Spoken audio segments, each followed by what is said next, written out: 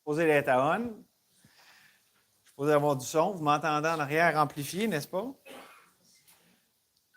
OK, alors, Apocalypse au chapitre 19, c'est ce que nous avons lu ce matin avant le temps de prière.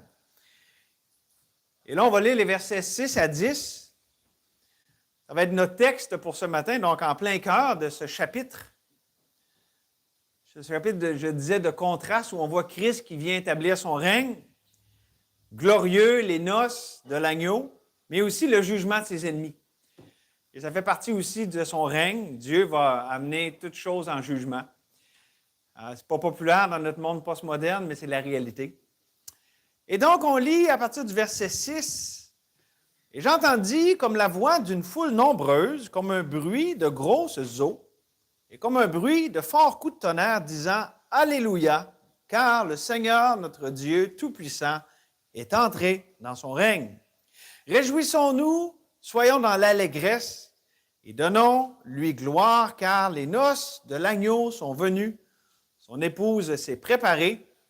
Il lui a été donné de se revêtir d'un fin lin éclatant, pur, car ce fin lin, ce sont les œuvres justes des saints. L'ange me dit, écrit, heureux ceux qui sont appelés au festin des noces de l'agneau. Puis il me dit, ces paroles sont les véritables paroles de Dieu. Je tombais à ses pieds pour l'adorer, mais il me dit, garde-toi de le faire, car je suis ton compagnon de service et celui de tes frères qui ont le témoignage de Jésus. Adore Dieu, car le témoignage de Jésus est l'esprit de la prophétie. Merci Seigneur de ce qu'on a ce temps ce matin avec toi, dans ta maison, avec ta parole qu'on a sous les yeux. Merci Seigneur que tu as quelque chose, non seulement pour chacun ici, personnellement, spécifiquement, mais tu as quelque chose aussi pour nous en tant qu'Église. Et merci que tu es comme ça, personnel, bienfaisant, et que Seigneur, tu t'occupes de tes enfants. Et même aussi, Seigneur, tu te fais connaître à ceux qui ne te connaissent pas encore. Et on te prie, s'il y en a ici qui ne te connaissent pas, qu'ils puissent aujourd'hui te recevoir, toi, le vrai Dieu, le seul Sauveur. Et donc, Seigneur, on s'attend à ton travail, à ton œuvre. Merci que tu es vivant, fidèle et bon. Donc, on prie avec une pleine confiance. On se repose en toi, Seigneur, au nom de Jésus. Amen. Alors, dans ce passage, force est de constater la grandeur, la gloire d'un passage comme ça, où on voit ce nouveau mariage merveilleux, les noces de l'agneau qui sont annoncées à d'autres endroits dans les Écritures. Et on peut dire que non seulement ça clôt le thème du mois de novembre, parce qu'on est le dernier dimanche de novembre, mais aussi on peut dire que ça clôt l'histoire de la rédemption, où le deuxième époux, l'époux parfait, Jésus, la tête de la nouvelle humanité, parce que le premier Adam était malheureusement a péché et a amené la mort. Mais Jésus, ce dernier Adam, a renversé toute cette malédiction. Il vient boucler la boucle en amenant à sa plénitude, à la perfection, la relation qui était brisée en Éden. Et vous savez qu'on a encore les dommages. Si ça ne va pas bien dans votre vie, là, ça appartient en Éden, puis c'est la continuation de ce qui a été commencé là. Et ici, on voit vraiment c'est quoi ce mariage, c'est quoi l'essence d'un mariage, c'est quoi, si on réduit ça à sa plus simple expression. Le mariage, c'est l'union de deux personnes à la gloire de Dieu. Bon, vous allez dire, ce n'est pas tout le monde qui vit à la gloire de Dieu, ce n'est pas tout le monde qui est marié dans le Seigneur. Non, mais le plan original, c'est ça. Évidemment, lorsqu'on a des rachetés, des enfants de Dieu qui s'unissent comme ça dans les liens sacrés du mariage, ils vivent ça. Encore là, de façon impartielle, parce que tout n'est pas à la gloire de Dieu, parce qu'on a encore la chair et tout ça, mais bon. Donc, c'est le mariage les noces de l'agneau, on va considérer ça ensemble, mais juste avant, remarquez comment dans le verset 6, à la toute fin, ça dit « Notre Dieu, le Seigneur, notre Dieu Tout-Puissant, est entré dans son règne. » C'est, si vous voulez, la connexion, le lien avec le thème du mois dernier, le nouveau règne, Christ qui a fait toutes choses nouvelles. Et ça nous donne la teneur, si vous voulez, de ce qu'aujourd'hui on va regarder, c'est-à-dire que Jésus-Christ est le triomphant, celui qui est bienfaiteur, celui qui a établi son règne de paix, de justice et d'amour. Et c'est ça la base des noces de l'agneau. Ce n'est pas un mariage comme n'importe quel autre mariage. C'est l'ultime mariage entre l'époux parfait, mais aussi qui a rendu parfaite l'épouse par son œuvre. Et donc, c'est ce qu'on va regarder ensemble. J'aimerais qu'on considère ensemble deux facettes uniques du nouveau mariage glorieux. Et on l'attend, ce mariage-là, d'une façon, d'une autre façon, on le vit aussi parce que nous sommes déjà unis à Christ. Nous sommes l'épouse de Christ, mais d'une autre façon, les choses ne sont pas encore arrivées à leur terme. On n'a pas encore pleinement tout vécu, ces choses. Donc, c'est pour ça aussi que je vous dis que ça nous ramène à ce qu'on a vu dans le mois d'octobre, « Already but not yet ». C'est déjà en vigueur, mais ce n'est pas encore pleinement complété. OK? Deux facettes uniques du mariage glorieux avec Christ. D'abord, dans les versets 7 et 8, on a la joie de ce mariage. Réjouissons-nous, ça nous dit au verset 7, soyons dans l'allégresse et donnons-lui gloire, car les noces de l'agneau sont venues. Son épouse s'est préparée. Il lui a été donné de se revêtir d'un fin lin éclatant, pur, car le fin lin, ce sont les œuvres justes des saints. Qu'est-ce qu'on voit ici? On voit ici l'accomplissement de l'attente, de l'espérance de tous les saints, tant de l'Ancien Testament que du Nouveau Testament et même de la création. Parce que la Bible nous dit que même la création soupire après cette délivrance, ce temps où est-ce que justement notre Dieu va rentrer dans son règne et tous ses ennemis vont être mis sur son marchepied. Et là, on a ça ici sous nos yeux. C'est pour ça que ça dit que c'est un sujet de réjouissance et d'allégresse. Et on a ici au verset 8, la joie des œuvres justes. Ça nous parle ici à la fin que le fin lin, ça représente les œuvres justes des saints. Je vais vous parler de ça un petit peu. Pourquoi ce sont des œuvres justes? Parce qu'elles sont faites par le juste. Vous savez, il y a un titre de Jésus qui est donné dans les Écritures. Par exemple, dans Acte 7, dans le discours d'Étienne, il dit « Lequel des prophètes vos pères n'ont-ils pas persécuté? Ils ont tué ceux qui annonçaient d'avance la venue du juste. » Donc, de Jésus, le Messie, OK? Le juste. Et on voit ça aussi dans Acte 3. Vous avez renié le saint et le... Ça, c'est le discours de Pierre à la Pentecôte. Vous avez renié le saint et le juste et vous avez demandé qu'on vous accorde la grâce d'un meurtrier. Et donc, ce sont des œuvres justes parce que c'est le juste qui en est à l'origine. Et aussi, ce sont des œuvres vivantes parce qu'elles viennent du Dieu vivant. Et ça, c'est en contraste avec les œuvres mortes. La Bible nous parle dans Hébreux au chapitre 6 que, en fait, je vais vous le lire. Hébreux au chapitre 6. C'est pourquoi, laissant les éléments de la parole de Christ, tendons à ce qui est parfait, sans poser de nouveau le fondement du renoncement aux œuvres mortes, de la foi en Dieu, de la doctrine des baptêmes, de l'imposition des mains, de la résurrection des morts, du jugement éternel. C'est ce que nous ferons si Dieu le permet. Donc, les œuvres mortes, et c'est ici par contraste aux œuvres justes et vivantes en Dieu, parce que le Dieu juste et le Dieu vivant en est à l'origine.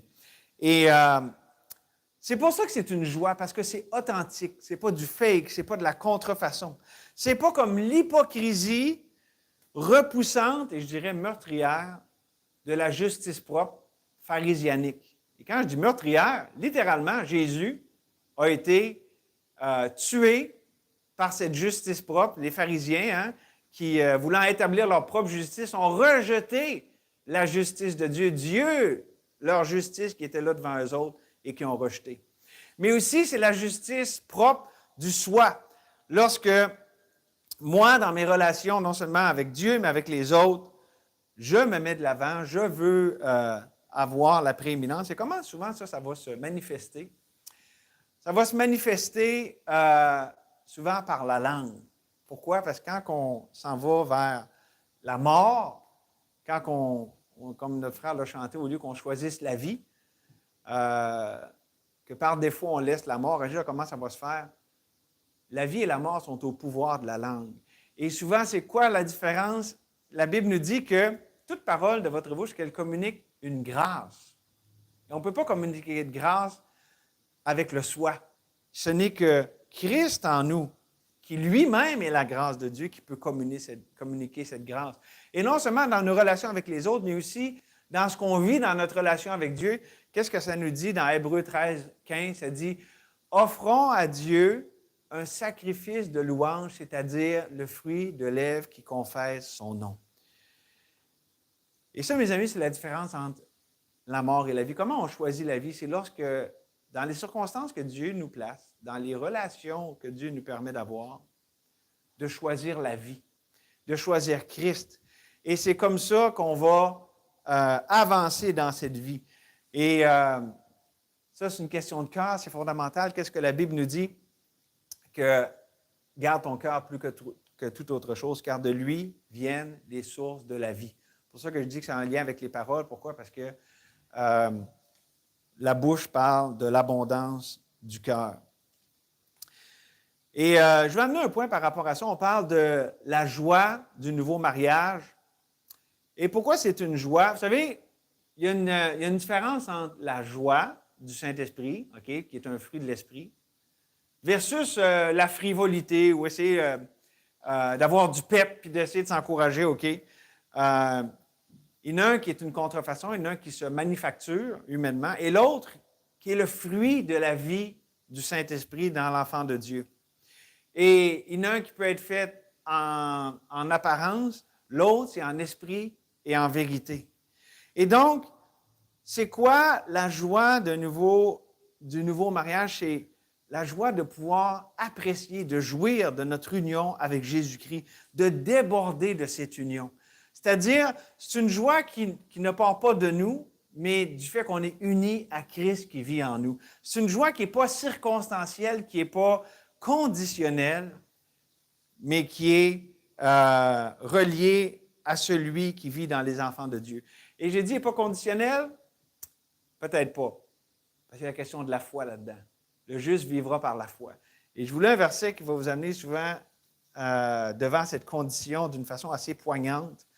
Pierre, qui ouvre son épître en parlant de l'épreuve de la foi, il dit dans 1 Pierre chapitre 1, verset 6, « C'est là ce qui fait votre joie, quoique maintenant, puisqu'il le faut, vous soyez attristés pour un peu de temps par diverses épreuves, afin que l'épreuve de votre foi, plus précieuse que l'or, qui cependant est éprouvée par le feu, ait pour résultat la louange, la gloire et l'honneur. » Ça, c'est la joie qui vient du fait de s'être confié en Dieu, de regarder à Dieu dans l'épreuve.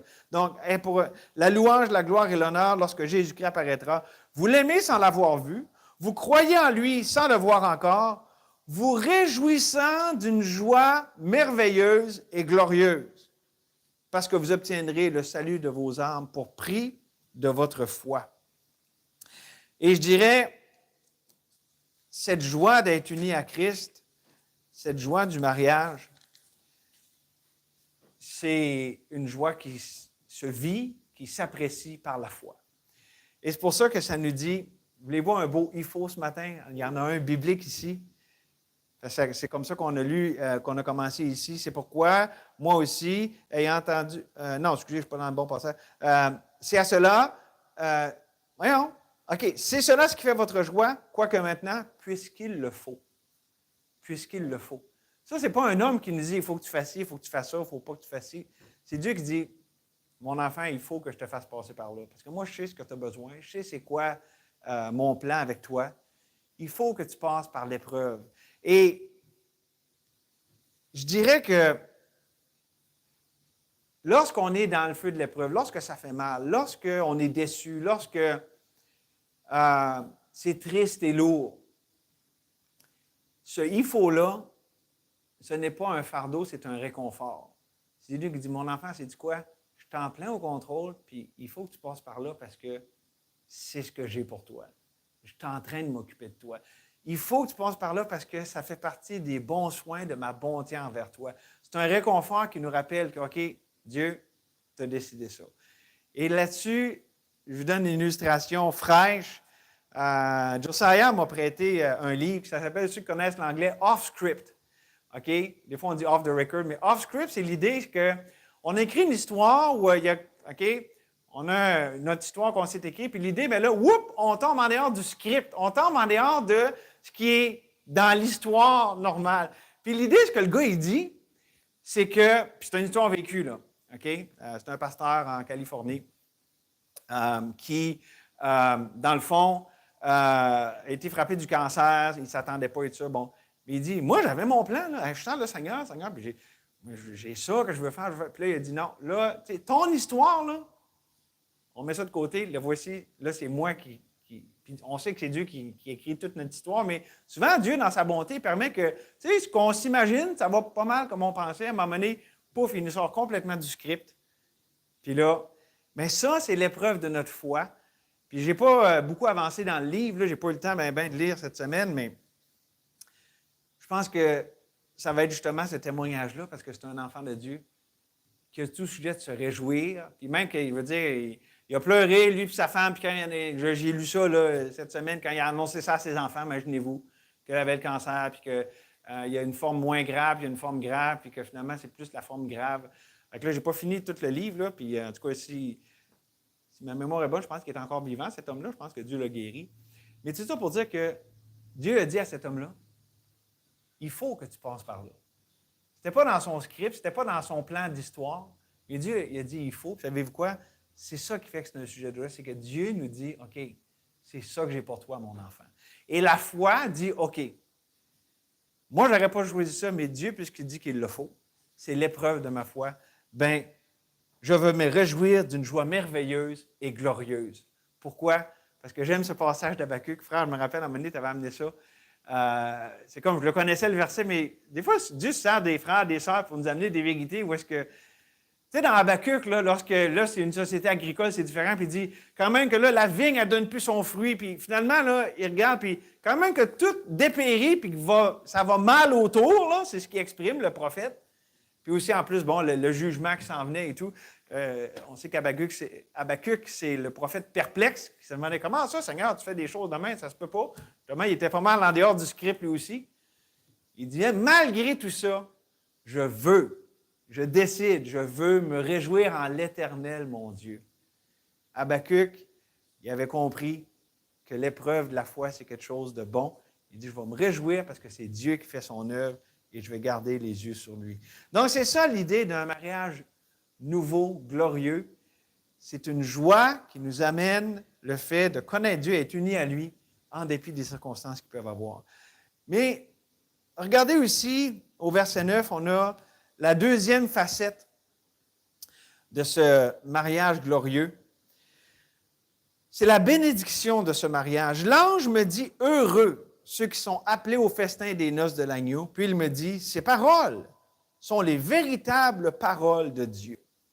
La bénédiction du mariage que nous avons avec Christ. Vous savez, ceux qui lisent en anglais, quand ça dit heureux, souvent en anglais, ça dit béni, blessed. OK?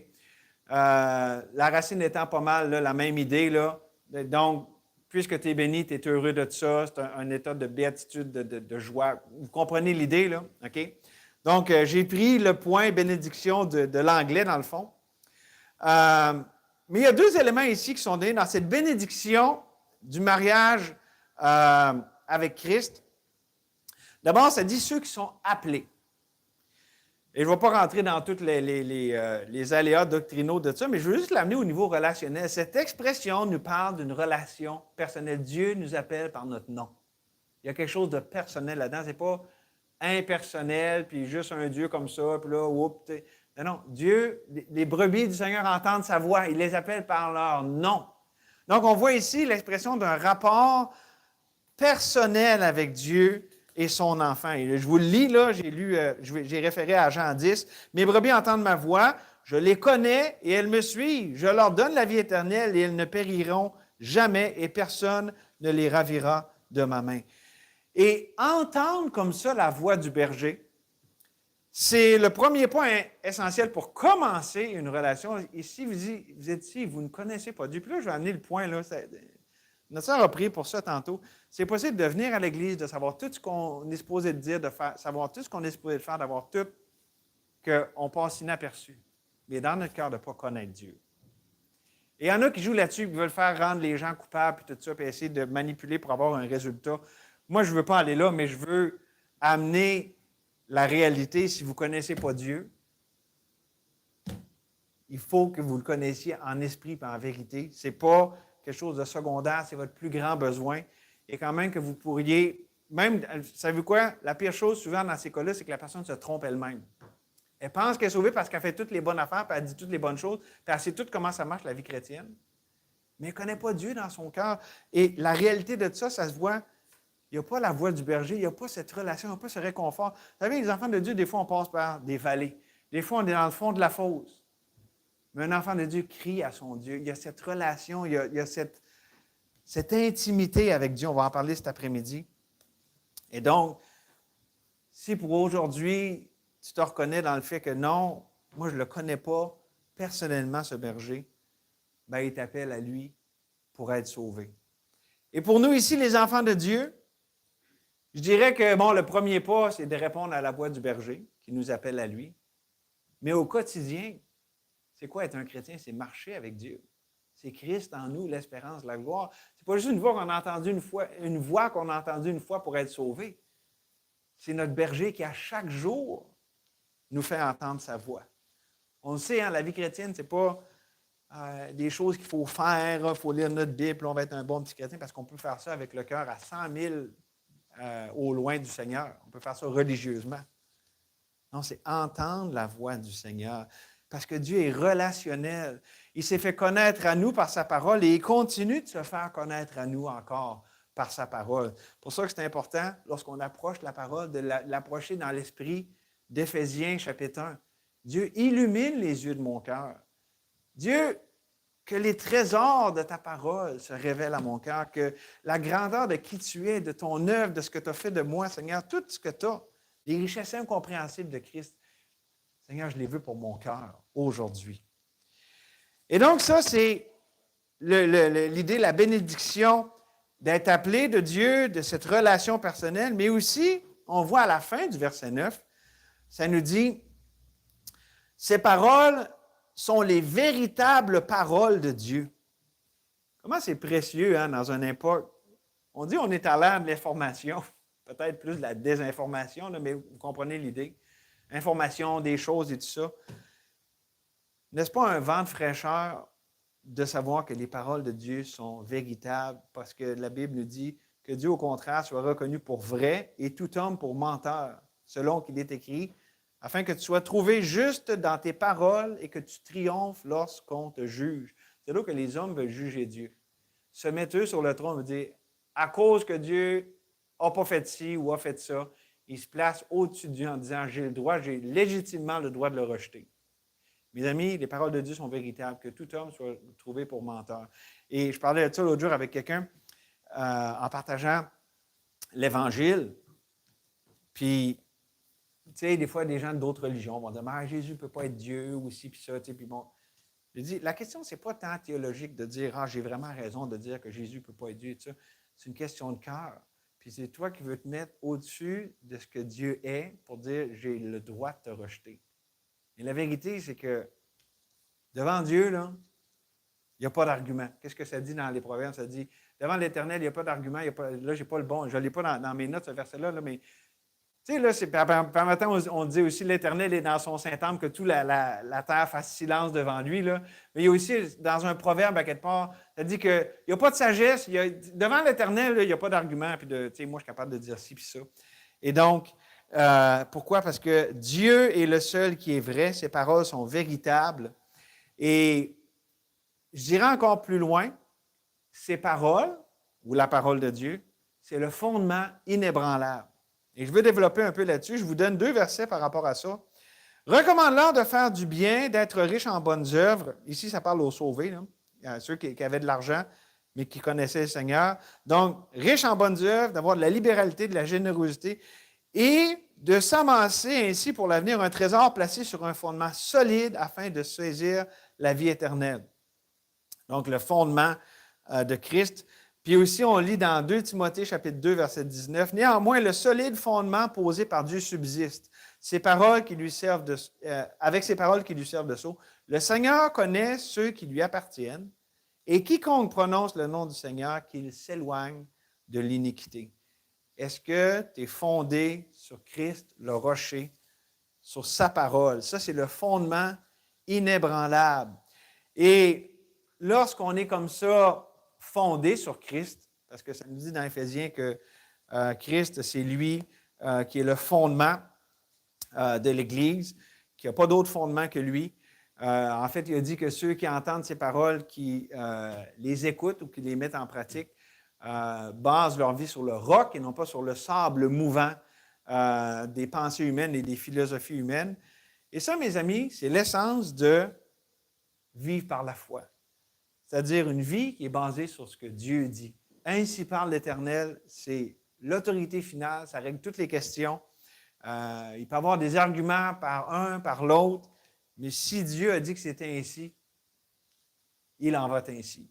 Si Dieu a dit que c'est un grand poisson, une baleine, un cétacé, qui a avalé son prophète puis l'a craché sur le bord de l'eau pour qu'il finalement aille accomplir la mission que Dieu lui avait donnée, ben c'est comme ça. Il peut y avoir des gens qui vont dire « Ah, ça ne peut pas une baleine, puis ci, puis ça. » OK, puis création, puis tout ce qui est miraculeux, là, souvent on a ça. Ah, la main rouge, ils ont passé dans 2 pieds d'eau, là. Ben, OK, d'abord, mais le miracle, c'est que Dieu a noyé une armée au complet dans 2 pieds d'eau. Fait que, tu sais, d'un bord ou de l'autre, il y a un miracle pareil. C'est des paroles véritables. Et là-dessus, je vais vous donner quelques versets par rapport au fait d'avoir un fondement inébranlable. Écoutez, je vous les donne en rafale, là. D'abord, 1 Corinthiens 15, 58. C'était le thème de la conférence des hommes. Ainsi, mes frères bien-aimés, soyez fermes et inébranlables, travaillant de mieux en mieux à l'œuvre du Seigneur, sachant que votre travail ne sera pas vain dans le Seigneur. Puis, on a vu ça à la conférence, c'est toute l'idée d'être ferme et inébranlable, ce n'est pas parce que moi, je suis ferme et inébranlable, mais c'est parce que je suis assis sur le fondement inébranlable de Christ, de son œuvre parfaite sur la croix et la résurrection.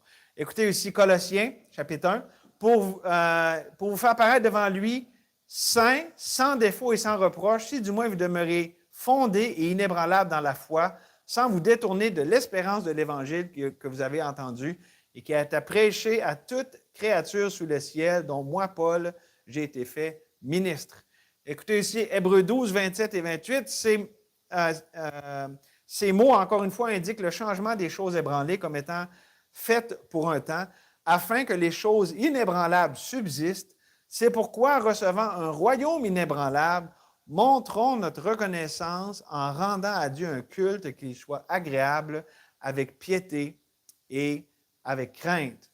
Et j'aime tellement 1 Pierre chapitre 5, et c'est le dernier que j'ai par rapport à inébranlable, le Dieu de toute grâce, qui vous a appelé en Jésus-Christ à sa gloire éternelle, après que vous aurez souffert un peu de temps, vous perfectionnera lui-même, vous affermira, vous fortifiera, vous rendra inébranlable.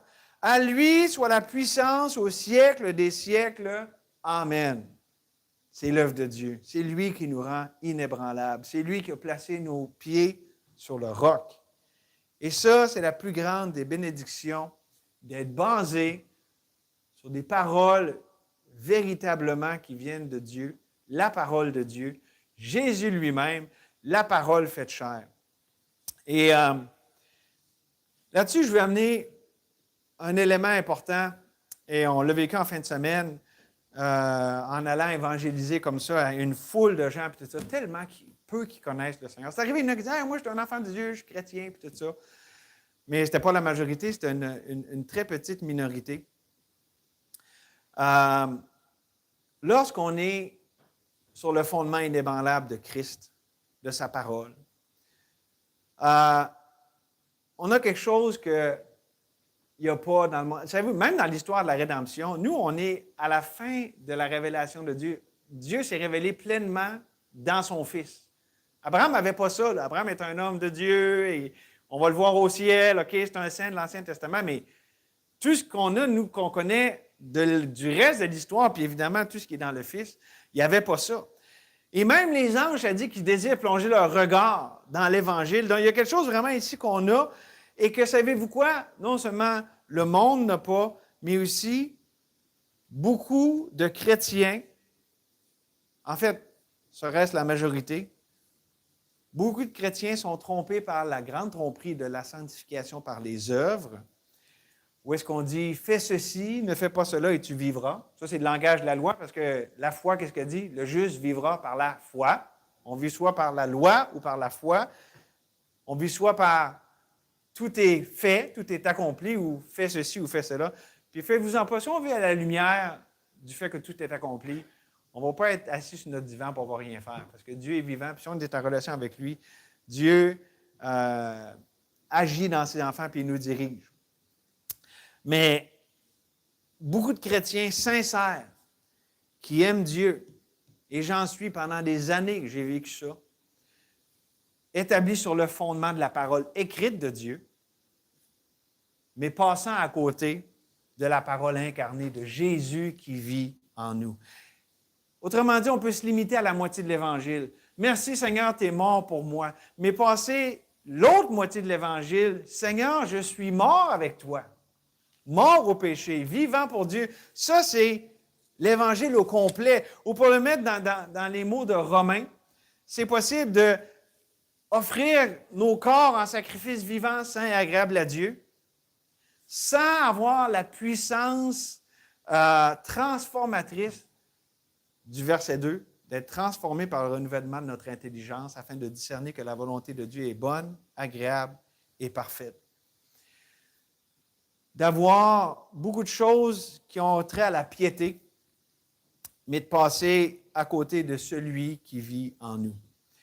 C'est triste, mais ce n'est pas irrémédiable, comme plusieurs ici en sont témoins, ont vécu cette joie, cette bénédiction de vivre à la lumière de notre union avec Jésus-Christ. Et ça m'amène à conclure ce matin avec, ce n'est pas le dernier verset de la Bible, mais pas loin. Chapitre 22, verset 17. Tournez avec moi. Et d'ailleurs, c'est un cantique qu'on chante dans le petit livre ici, là. Et l'Esprit et l'Épouse disent, « Viens, Seigneur. » Non, excusez, ça, c'est dans le cantique. Et l'Esprit et l'Épouse disent, « Viens. » Et que celui qui entend dise, « Viens. » Et que celui qui a soif vienne. Et que celui qui veut prenne de l'eau de vie gratuitement. Ça, c'est l'espérance vivante de l'Église de Jésus-Christ. Un jour, on va le voir face à face. Et oui, dans nos cœurs, quand on lit ça, n'est-ce pas? On dit, oui, Seigneur, on a hâte que tu viennes, que tu reviennes, nous prendre ton épouse. Et on sait que c'est une question de temps, c'est imminent, ça peut arriver à n'importe quel moment.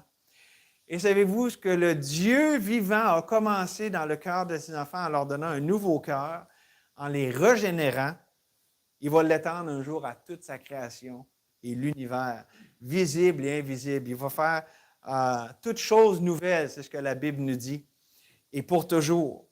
Et donc, si tu écoutes ce matin et que tu n'es pas régénéré, que tu n'as pas ce cœur nouveau, tu as une religion, tu as des choses que tu sais tout quoi faire, mais il n'y a pas cette nouveauté de vie dans ta vie, dans ton cœur, ton premier et ton plus grand besoin devant le Dieu vivant, c'est de naître de nouveau, c'est d'avoir la vie, de passer de la mort à la vie. Écoutez, à ce sujet-là, Tite, chapitre 3, « Il nous a sauvés non à cause des œuvres de justice que nous aurions faites, mais selon sa miséricorde, par le bain de la régénération et le renouvellement du Saint-Esprit. » La vie chrétienne, ça commence par un miracle et tout le reste aussi est miraculeux. Pourquoi? Parce que ça commence avec Dieu et ça continue avec Dieu, qui est surnaturel, qui est hors de ce monde. Et donc, quand on vit la vie chrétienne, on vit une vie qui n'est pas de ce monde. Es-tu régénéré pour une espérance vivante? Le Dieu vivant lui-même t'appelle à lui ce matin pour faire partie de son épouse, devenir partie de la famille des rachetés. Et je termine avec un mot pour les enfants de Dieu ici. Puisque tu es régénéré, puisque tu as été régénéré par une semence vivante, la semence vivante de la parole de Dieu qui demeure éternellement, bien, vis cette espérance vivante. Pourquoi vivre comme si on était vaincu, comme si la fin de l'histoire était mauvaise, alors que nous ne sommes plus que vainqueurs par celui qui nous a aimés? Et ce Dieu vivant, la Bible nous dit que c'est lui qui produit en nous le vouloir et le faire, selon son bon plaisir. Notre responsabilité, c'est de nous placer sous son autorité, sous sa sainte houlette. La voix du berger, du bon berger qu'on entend, simplement céder à cette voix. Faites toutes choses sans murmure ni hésitation, afin que vous soyez irréprochables et purs, des enfants de Dieu irréprochables au milieu d'une génération perverse et corrompue, parmi lesquels vous brillez comme des flambeaux dans le monde. Et oui, les noces de l'agneau s'en viennent bientôt. Et bientôt, ça va... Savez-vous, c'est quoi le dernier verset des psaumes? Que tout ce qui respire loue l'Éternel. Louez l'Éternel. Et bientôt, ça va arriver. On n'est pas encore là, mais pour nous, tant qu'on a la respiration, on peut louer l'Éternel. Merci, Seigneur, pour le fait que tu nous donnes la fin de l'histoire et qu'on sait que tout finit bien. Et même Hollywood, qui ne te connaît pas du tout, a souvent ce concept-là, une histoire qui finit bien. C'est la grâce commune, Seigneur, parce que même les gens qui ne te connaissent pas, ils veulent que tous finissent bien. Mais Seigneur, si on est le commencement de l'histoire, ça va finir mal. Mais Seigneur, si tu es le commencement, toi qui es l'alpha et l'oméga, ça ne peut que finir bien. Je prie, Seigneur, que tu sois le commencement aujourd'hui de l'histoire de ceux qui ne te connaissent pas. Soit ici, soit qui écoutent par l'Internet. Mais Seigneur, que ta parole ne revienne pas sans effet, sans avoir sauvé, régénéré, donné la vie à ceux qui acceptent Jésus, la provision, le cadeau de Dieu pour quiconque croit. Donc, Seigneur, je te prie pour ça. Et pour nous, tes enfants, Seigneur, on lève les yeux. On ne veut pas regarder à ce monde qui va de mal en pire ou des fois à nos vies aussi. L'épreuve de la foi, les choses qui sont lourdes, qui deviennent parfois insupportables. On veut regarder à toi, dont le joug est doux, le fardeau léger. On vient à toi, Seigneur. Et oui, on veut te louer de tout cœur parce que tu es toujours bon. Tu règnes éternellement et tu ne changes pas. Merci, Seigneur, pour ce temps dans ta parole. Et Seigneur, que ton peuple ici rassemblé réponde à ta voix, qui nous appelle à toi. On te prie toutes ces choses au nom de Jésus. Amen. Amen. Vous pouvez prier si vous avez à cœur de le faire.